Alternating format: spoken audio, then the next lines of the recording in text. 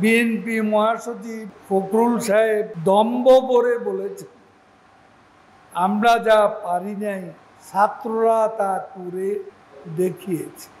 এতে বোঝা যায় কোটার দাবিতে তারা নেই, তারা নির্বাচিত সরকারকে হটাতে চায়।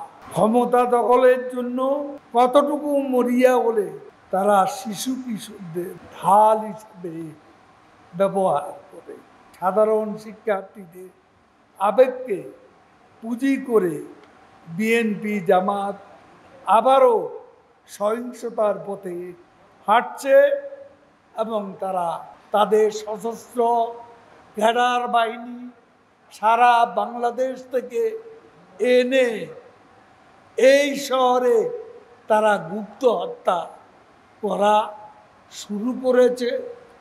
আরও অনেক বাজে পরিস্থিতি, ভয়াবহ পরিস্থিতি সৃষ্টির আহ্বান জানাচ্ছে, উস্কানি দিচ্ছে।